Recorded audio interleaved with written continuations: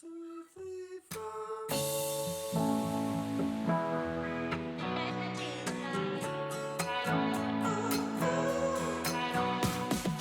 We could fly to the moon, get there by tomorrow afternoon. I don't wanna speak too soon, but I think I love you. I'm ready, look inside, check out all the things I try to hide. I don't wanna speak too soon, but I think I like. Hey, Jack. What's up, man? We're back. Hanging out. Yeah, we're back. We're back. I was wondering, today, could you tell me a little bit about digital versus optical zooms? Sure. So when it comes to the camera, you've got two different ways you can zoom in on an image. One is optically or digitally, of course.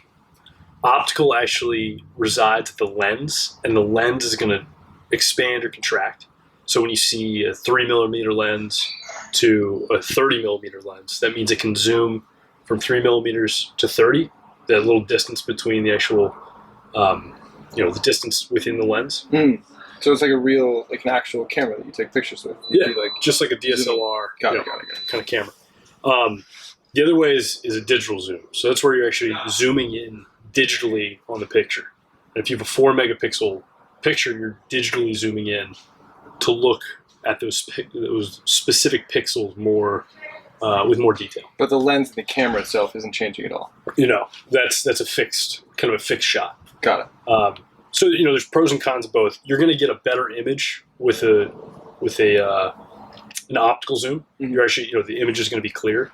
Of course, you won't see the entire space. You're zooming in kind of on a little spot. Mm-hmm. While digitally, you can zoom in digitally on that entire image, though it's going to get granular pretty quick. Okay, so like if I had the whole digital image, I could pick an area to zoom in on. Yes. But the quality is just not going to be as good as if it was an optical. Yeah. So if you get a 12-megapixel camera, some crazy megapixel camera, you're going to be able to get a little farther in because it's just the camera's recording more megapixels. Got it. Though if you have a 2-megapixel camera, that it's going to get pretty granular pretty quick on the digital zoom.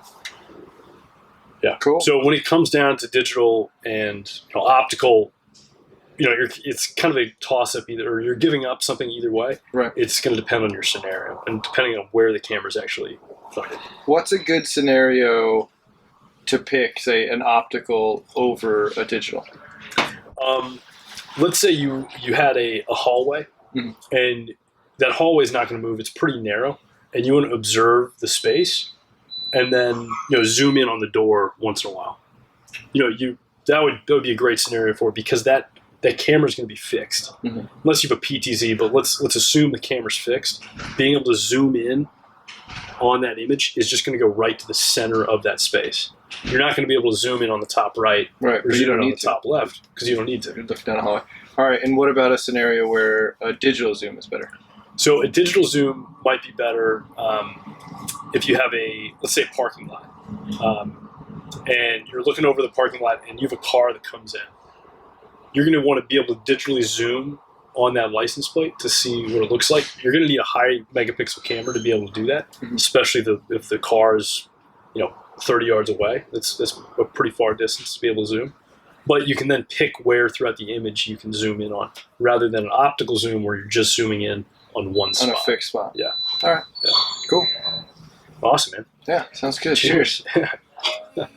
What about if they want more information? Oh, well, I guess they can give us a call. Yeah, at this number. This number, yeah. Right here. Speak too soon.